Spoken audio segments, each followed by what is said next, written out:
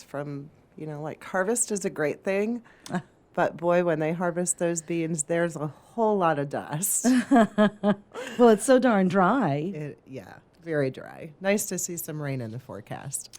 Yes. Okay, Nancy, how are things at the Jamieson Community Center? Super busy, super busy, across all fronts. Okay. It's been challenging this year to keep up with the demand.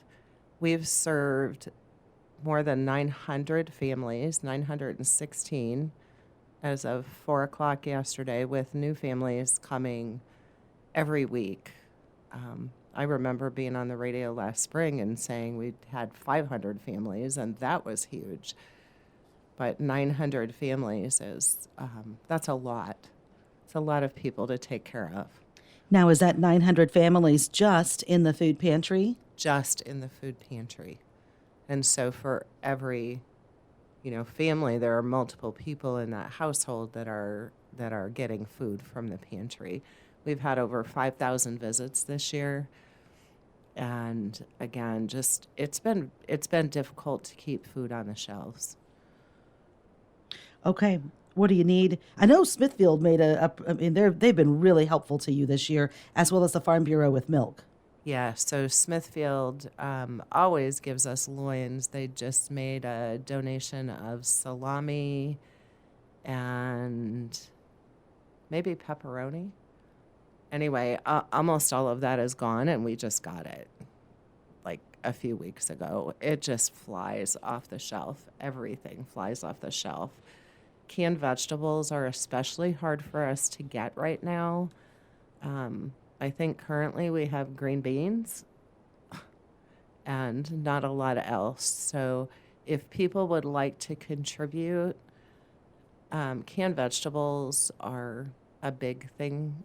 We've been placing some supplemental orders through Save a Lot and County Market. We still have some of the gift cards that they give us from the Hope Bags last fall. They'll be starting that up again, and we're grateful for that because we've about depleted the supply from last year. We try to save those back for emergency use, and we're kind of in that situation right now. Okay, so canned vegetables, you can pick those up at your local grocery store at Save a Lot, as well as County Market and Fairway, if you'd like to help purchase some of those items. And like you said, fall Hope Baskets will be out soon. There'll be a roundup savings at Fairway, and then, of course, there'll be tons of churches doing drives, and we, of course, will set up our freezing for food first week of December. We are so, so, so grateful. It is really stressful for our staff, for me, to be in a position where we're unsure about being able to meet the need. I've not been in that position since I very first started at Jamieson Community Center. And it is worrisome to me. If someone comes and they need food, I want to make sure we have food to give them.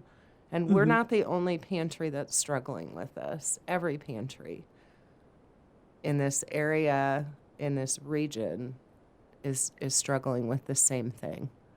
So wherever you are and you're listening to this, support your local food pantries. And I can also tell you, people come only when they need us. So our policy is families with children can come weekly if they need to, so can people over the age of 65. Households with no children and under 65 can come 2 times per month. We've served over 900 families, but we've only had a little over 5,000 visits year to date. I say only. The average family is not even visiting once a month, the average household. So people use this when they don't have food in their house. It is critical. Okay. I just can't emphasize that enough. Okay. All right. Our food pantry, let's get that supported. Over 900 families, 916 to be exact, through yesterday at 4 p.m. Okay, Nancy, we'll do what we can do to get your food pantry able to keep up with the demand, we hope, or we hope the demand will lessen as well. So far this year, we're not seeing that. We're just seeing a steady increase in the numbers. We started sign-ups for our community Christmas store and Christmas baskets, and we just started those the first week in October, and we're way ahead of the number of families signed up from where we were last year. We served 473 kids through the community Christmas store, and a little under 100 families with Christmas baskets. I'm also concerned about the demand for those programs. In the 11 years that I've been at Jamieson, we've never turned anyone away for those programs, and I really do not want to have to turn anyone away this year. And we bring that up because there's now a waiting list with Western Illinois Regional Council's famous Yes. Project Santa. Yeah, and I don't want to be in that position. If you are able, and I know there are people out there who are able, you can sponsor a child for the community Christmas store for just $25, and a family's Christmas dinner for $60. And they can make those donations right on the website, or they can send us a check. They can drop off cash, whatever's convenient for people. Okay, what's next? Our senior nutrition is going strong. We're in a new fiscal year for that program. And of course, the government shutdown has impeded our funding a little bit. Okay. We're still owed money from last fiscal year. That primarily affects our congregate meal sites as far as the money for this fiscal year, and at least for the present, unless that extends for months and months on end, we will keep those congregate sites open. Okay. We have Strom Center, we have Roseville Community Center in Warren County, we have the Mercer County Senior Center in Mercer County, and we have Aquaka and Stronghurst in Henderson County. So people 60 and over can come and join us for a meal at those sites.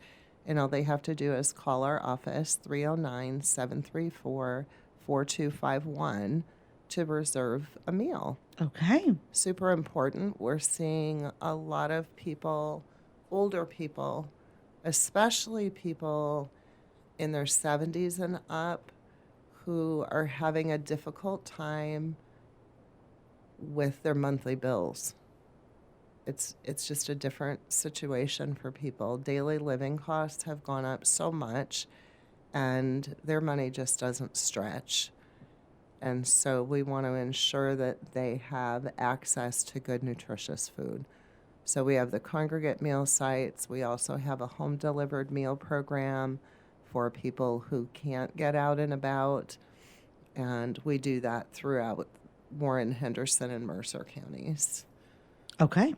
And that is partially funded by the Western Illinois Area Agency on Aging and United Way of West Central Illinois. Did I get that name right? You I did. think. You Yay. did. Yay. We're grateful for their support. So we have to provide a 15% match to the state and federal funds for that program. That total for us is about a $70,000 investment in our community. Okay. And Warren County United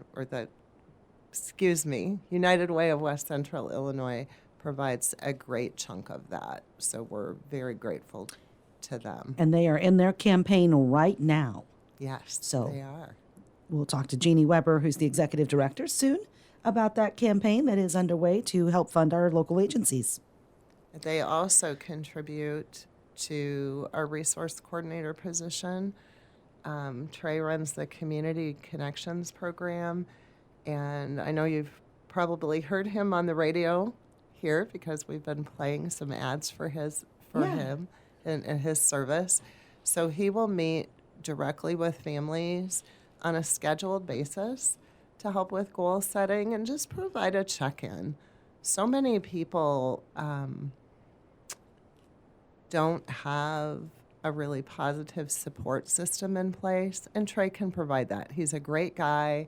He's very low-key, has access, great knowledge of all the resources in the community. So he does a wonderful job of connecting people so they have a good safety net under them and then works to move them forward. Okay. We look forward to having Trey on the air with us again. Yeah, he's a great person. Okay. What else did you need people to know about the Jamieson Community Center? So Trey is in the Monmouth Resource Center that houses our food pantry, our thrift store, and Trey's program, Community Connections. And that space has been so busy. Our thrift store sales are up, a tongue-tied this morning. And, again, that speaks to the need in the community. We have adult clothing for just $1 and kids' clothes for 50 cents. Okay. And, that's a great service that we provide the community. And we can do that because local people are so generous. Yes. Couple more things to announce. Okay. Our childcare is now fully licensed by the state. Woohoo! We had to go through 6 months of monthly inspections and passing every one of those before we were licensed by the state. Okay. We currently have just a few spaces for 2s and preschool age, and we have quite a few spaces for school age. So if anyone is looking for before and after school care, we do provide that. We can also provide care on days when school is not in session.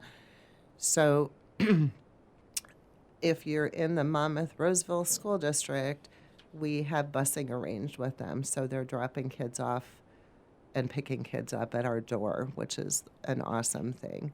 Yeah. So that's available. And we do accept state payment. So for people that qualify for that, we do accept that payment, which is a nice benefit for family. Absolutely.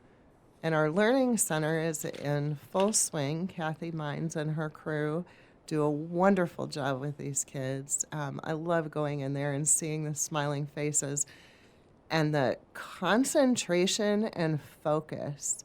I can walk in the room in the middle of tutoring and I can go through the room and the kids don't even look up. Aww. They are so focused on what they're doing. She does a wonderful job. I just submitted a grant yesterday that is through the Illinois State Board of Education, and fingers crossed that we can get that grant because we have a waiting list for kids, and this would allow us to serve more kids in the community. So just wonderful things happening, lots of need in the community, and so grateful for the people who support our work and our mission. Okay. Nancy, thank you for the update. Thank you for having me, Appreciate Vanessa. it.